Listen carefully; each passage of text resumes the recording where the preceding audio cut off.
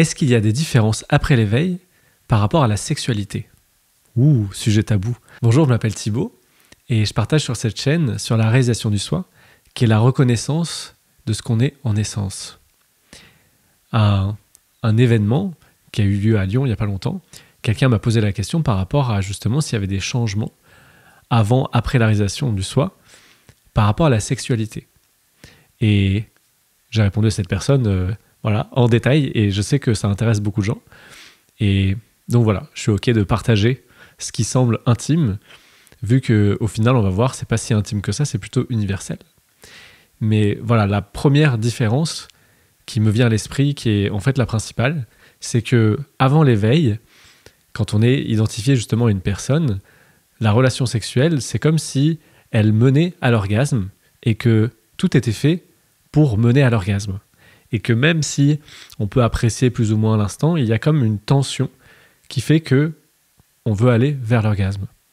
Et justement, après la réalisation du soi, c'est comme si le temps s'était arrêté et que c'était difficile justement de projeter sur un futur qui serait meilleur.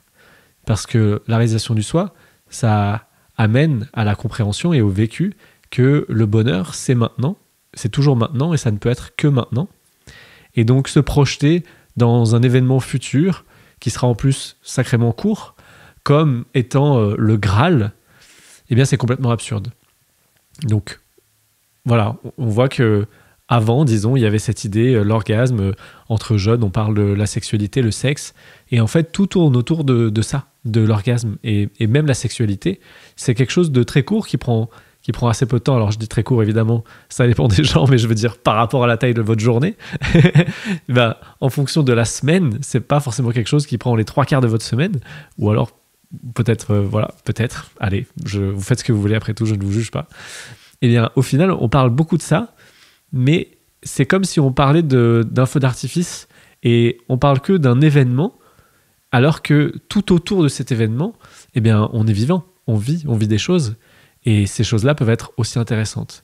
Et donc, avant réalisation du soi, il y avait peut-être mise sur un piédestal de la sexualité comme étant quelque chose de merveilleux, la fusion entre l'homme et la femme, voilà, la chair, la sexualité, tout ça. Et c'était mis sur un piédestal et c'était mieux que juste rester en silence dans sa chambre.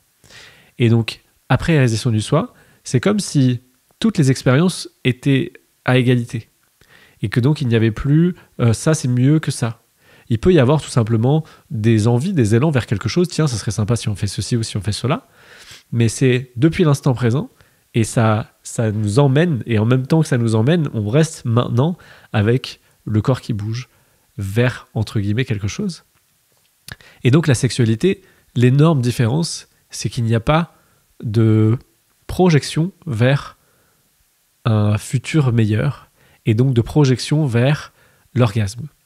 Et donc ça fait la principale différence, c'est ça, c'est que pendant les relations sexuelles, c'est comme si je restais tellement présent à ce qui est et que maintenant était tellement satisfaisant par lui-même qu'il n'y avait pas du tout de recherche d'orgasme. Et que donc, au final, c'était possible maintenant d'avoir une relation sexuelle sans orgasme. C'est-à-dire que les choses se font dans l'instant et au final, il n'y a pas forcément d'orgasme et ça s'arrête. Mais ça s'arrête parce que c'est satisfait. C'est satisfait de la relation parce qu'elle devait se vivre comme ça et il n'y a pas nécessité d'aller jusqu'à l'orgasme. La deuxième chose que ça change, c'est le fait qu'il n'y a pas de projection quant au fait de donner du plaisir à l'autre. Ça, je me rends compte avant, quand je faisais l'amour, il y avait une sorte de « il faut que je donne du plaisir à l'autre ». Il faut que je donne et puis en plus, il faut que je me rende compte que cette personne reçoit et apprécie parce que si elle ne reçoit pas et apprécie pas, eh bien, je ne donne pas bien et donc, je sais pas, je vais être triste, tout simplement. Et en fait, ça tombe aussi, le fait de devoir plaire à l'autre. Maintenant, il y a tout simplement le fait que les choses se font comme ça et ça s'autorise à donner ce que ça a donné, à le faire comme ça a envie de le faire et que si c'est pas bien reçu en face, eh bien c'est pas très grave. Et quand je dis pas bien reçu, c'est tout simplement qu'il n'y a pas une nécessité absolue de devoir plaire à l'autre, de devoir procurer du plaisir à l'autre. Et ça, c'est très libérateur. Parce qu'avant, c'était une prison intérieure de devoir tout bien faire parfaitement pour plaire. Là, c'est tout simplement, il y a un échange, et dans cet échange, eh bien, il y a deux parties responsables, matures, qui dansent l'une avec l'autre. Mais si jamais la danse, on part d'un côté ou de l'autre, eh bien, c'est directement accueilli, il n'y a pas de jugement avec ça. Et donc, il n'y a pas... Pardon. Et donc, il n'y a pas de recherche pour faire plaisir à l'autre, spécifiquement. Et la troisième chose aussi, c'est le fait de simplement m'autoriser beaucoup plus grandement à suivre mes envies, à les exprimer. Parce qu'avant, justement, il y avait aussi ce besoin de satisfaire l'autre qui faisait que j'étais beaucoup à demander à l'autre ce que l'autre voulait, sans tout simplement dire, en fait, si j'ai envie de quelque chose, c'est que ça a sa place, et si l'autre personne ne veut pas de ça, elle pourra en parler. Et donc, après réalisation du soi, il y a une autorisation complète à suivre tout ce qui émerge, comme un enfant qui s'autorise tout. Et donc, ça s'autorise à juste suivre son cœur, à proposer des choses, à être beaucoup plus, on va dire, leader dans la relation sexuelle, parce que c'est OK, c'est accepté, les envies sont acceptées, les envies sont OK, il y a beaucoup moins de jugement par rapport à avant quant à ce qui pourrait être souhaité. Et en fait, justement, il n'y a aucune idée préconçue de ce qu'il faudrait souhaiter ou pas. Et donc, ça permet de simplement rester dans l'instant présent, et dans l'instant présent, voir les choses se passer, voir les envies se dévoiler, voir la relation se déployer, tout simplement. Donc voilà, les principales différences pour moi, c'est ça. Mais c'est sûr que si on ne se prend pas pour un corps, alors il y a beaucoup moins cette idée... Ah oui, il y a aussi ça, pour des personnes, la sexualité est une soupape de décompression. Et donc, ils utilisent la sexualité comme d'autres personnes utilisent par exemple la nourriture pour compenser des émotions.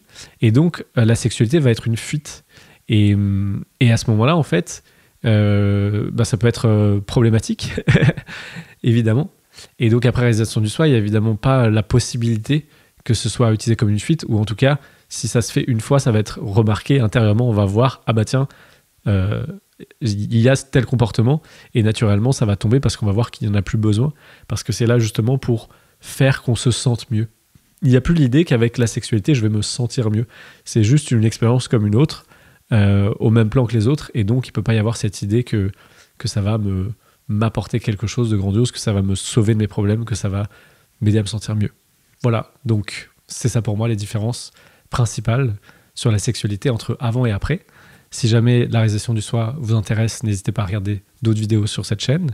Et sinon, j'ai créé un programme qui s'appelle 10 semaines pour réaliser l'unité, que vous pouvez découvrir en description de cette vidéo. Je vous souhaite une très bonne journée.